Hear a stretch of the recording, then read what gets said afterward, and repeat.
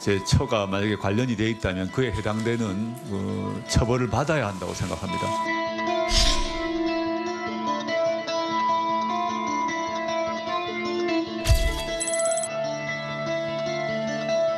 오늘 판결 선고를 듣고 당혹스러웠습니다. 괘씸죄 같은 게 적용되는 거 아닌가라는.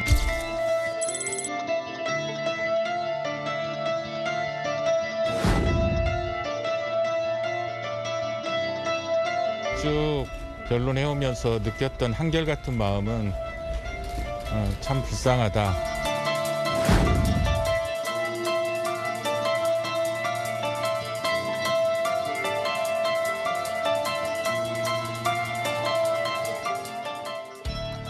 예, 어제 나왔던 판결인데 어제는 윤석열 후보와의 인터뷰가 있어서 오늘 여러분께 자세히 전해드리도록 하겠습니다. 조국 전 장관의 부인 정경심 교수 대법원에서 유죄가 확정됐습니다. SBS 법조팀의 홍영재 기자와 함께 이야기 나눠보도록 하겠습니다. 어서 오십시오. 네. 대법원의 유죄 확정 원심 판결을 그대로 받아들인 거죠? 네, 2심에서 판결한 징역 4년에 벌금 5천만 원을 그대로 확정을 했습니다. 예, 대법원이 그렇게 상고를 기각한 핵심적인 이유는 뭡니까?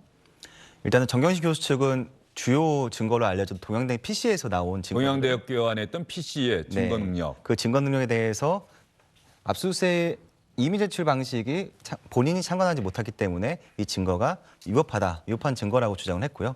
이 부분을 주요 쟁점을 다퉜는데 대법원에서는 이 동양대 PC가 증거로서 볼 수 있다, 유효한 증거이다라고 판단한 겁니다. 예.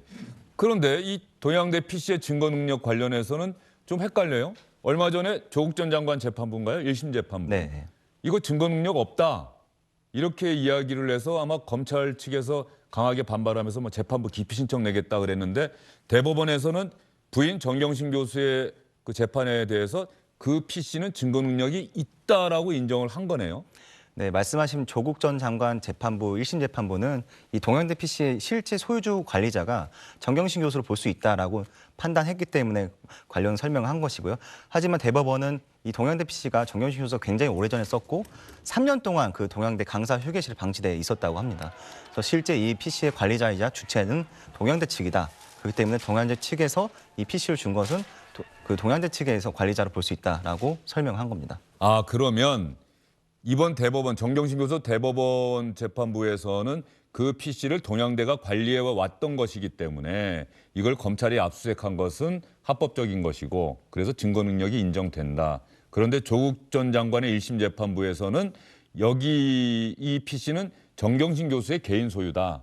정경심 교수가 참관하지 않았기 때문에 이 압수수색은 적법하지 않다. 그래서 증거 능력이 없다. 이렇게 얘기를 했던 거란 겁니까? 네, 정확히 말씀드리면 예. 임의 제출의 형식이고요. 임의 제출의 형식. 네, 임의 제출 형식이고 그렇죠. 그 정경심 교수가 이 PC를 얼마나 사용했고 실제로 그동안 얼마나 최근까지 관리를 해왔냐 이 부분에 대해서 대법원과 조국 재판부 1심 재판부의 판단이 좀 달랐던 겁니다. 예, 그러면 이번 대법원 판결이 조국 전 장관 재판부 1심 재판부에 영향을 미치겠네요. 그 증거 능력 여부에 대해서 재판부가 자신들의 판단을 뒤집어야 하는 겁니까? 어떻게 보세요?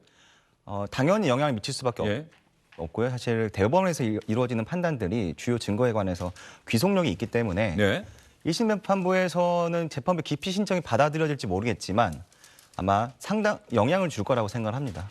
상당한 영향을 줄 것이다 이렇게 본다고 말씀해 주셨는데 앞으로 조국 전 장관 1심 재판부가 이 PC의 증거 능력에 대해서 판단을 달리하게 될지 아니면 그대로 고수할지는 또 봐야 되겠네요. 그러면. 네, 그렇죠. 그런데 원래 우리가 알기로는 그 당시에 증거 능력을 부정하면서도 대법원 판례를 들었잖아요. 1심 재판부가. 그럼 이번 판례가 더 크게 영향을 미칠 수 있는 판례다 이렇게 볼 수 있습니까? 그렇죠. 같은 PC니까. 두 달 전에 예. 나왔던 대법원 판례는 제3자가 휴대폰을 그 수사기관에 제공했는데 그 휴대폰 주인의 그 참관권을 보장하지 않아서 그 해당 증거를 위법하다고 본 것이고요. 이번 대법원 판결은 그 정경심 교수가 결국에 그 동양대 PC의 소유주가 아니다라는 판단이기 때문에 예. 보다 적극적으로 다른 재판에다 영향을 미칠 걸로 보입니다. 예. 이번 재판에서 뭐 표창장 위조라든가 입시 비리라든가 이런 혐의들이 다 그대로 받아들여졌다. 네, 전부 인정이 됐고요. 예. 뭐 자본시장법 위반 혐의도 있는데 그 부분도 벌금 5천만 원 벌금 1,000만 원 부분이 인정됐습니다. 예. 다시 한번 저희가 또 준비한 화면 다시 한번 보여주시면은 그걸 보면 좀 이해가 될 것 같아요. 자녀 입시 비리, 사모펀드 비리, 증거인멸 1심, 2심. 예. 저렇게 주요 혐의가 저렇게 3가지 혐의로 압축된다 이런 거죠? 예, 크게 원래 세 가지 15가지 혐의 중에 뭐 12개가 유죄로 인정됐다 이런 얘기가 있던데요. 네, 그럼 각각의 이제 그 입시 비리 혐의와 관련해서 예. 각각의 이 위조 부분들이 그렇게 세분하니까 15개로 얘기를 한 거고요. 예. 크게는 3갈래로 볼 수 있습니다. 예. 자, 정경심 교수의 대법원 판결 결국 보석도 기각했고요. 그러면 계속 구속 상태로 있고 형기를 채워야 되는 상황 아니겠습니까? 예, 정경심 교수 현재까지 구속 기간 포함해서 한 구속 기간이 예, 구속기간 포함해서 한 1년 반 정도 수감 구치소에 있었고요. 출소를 하게 된다면 2024년 5월경에 2년 반 정도 남았다는 얘기네요. 예. 그러면 조국 전 장관이 어제 재판 끝나고 나서 상당히 착잡하다, 가슴이 아프다는 반응을 보였었는데 원래 어제 저녁 식사를 같이 할 거라고 생각했는데 그게 되지 않았다. 시련은 가족의 시련은 저희가 감당할 테니 가령 뭐 민주당 또 저희를 응원해 주시는 분은 대선에 집중을 해달라 이렇게 반응을 보였었죠. 조국 전 장관이 이렇게 반응 나올 때마다 법조 기자들도 상당히 신경을 쓰죠. 어떤 반응 보일까? 예, 당연히 SNS를 계속 예. 업데이트를 눌렀고요. 예. 또 반대로 이제 한동훈 검사장이 예. 주로 이제 정경심 교수 수사를 지휘를 해야 했었는데 한동훈 검사장은 바로 그 징역 4년형 판결 나오자마자 2019년 8월 이후 오늘까지 더디고 힘들었지만 결국 정의와 상식에 맞는 결과가 나온 거라 생각한다고 입장을 밝혔습니다. 예. 한동훈 검사장은 또 뭐 죄에 상응하는 대가는 반드시 치러야 될 것이다. 네. 앞으로 남은 재판에도 뭐 최선을 다하겠다 이런 이야기를 덧붙였죠. 네네. 자, 그런데 한동훈 검사장이 지금 당시에는 대검 반부패부장이었습니다만 이제는 공판이나 이런 데 관여를 못하는 것 아닙니까? 어떻습니까? 예, 관여를 있나요? 못하고 있지만 사실상 뭐 그 당시 조국 수사에 가장 일선에서 지휘를 했기 때문에 한동훈 검사장 개인으로서도 남다른 소외가 있지 않을까 합니다. 예. 한동훈 검사장이 지금 저게 어제의 모습입니까? 네, 그 저 모습은 어제 서부지법에서 열린 예. 그 유시민 그 전 이사장의 명예훼손 재판에 한동훈 검사장이 피해자로 나와서 증인으로 출석했습니다. 예. 저때 이야기를 한번 들어봤으면 좋겠는데 어쨌든 어떤 이야기를 했죠?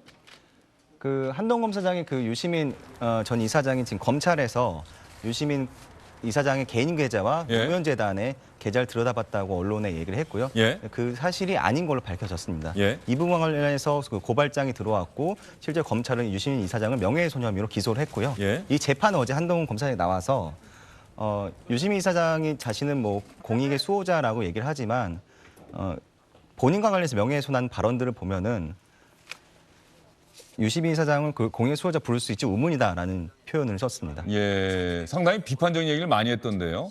유시민 이사장, 전 이사장 같은 경우 이 현 정부의 뭐 고위 공직에 있는 사람인가요? 뭐 이렇게 표현했나요? 어떻게 표현했는지 모르겠는데 마치 법 위에 있는 사람들처럼 군림한다. 뭐 이렇게 네. 또 비판하지 않았습니까? 한동훈 검사장이? 네, 그 재판부에 나서 굉장히 워딩을 세게 했는데요. 제가 지금 어떤 발언했는지 한번 좀 네. 찾아보시면은 한동훈 검사장이 어제 유시민 전 노무현재단 이사장과 관련한 명예훼손 재판, 한동훈 검사장의 명예를 훼손했다고 해서 그 검찰이 재판에 넘겼고 그 재판이 시작이 됐는데 한동훈 검사장은 유시민 전 이사장의 발언, 검찰이 계좌를 뒤져봤다는 이 발언 때문에 저는 회복하기 어려운 피해를 입었고 가족도 큰 상처를 입었다. 유시민 전 이사장이 사과했지만 아직도 제가 계좌를 추적했다고 믿는 사람들이 많다. 유시민 전 이사장의 발언으로 4차례 좌천되는 피해를 저는 입었다.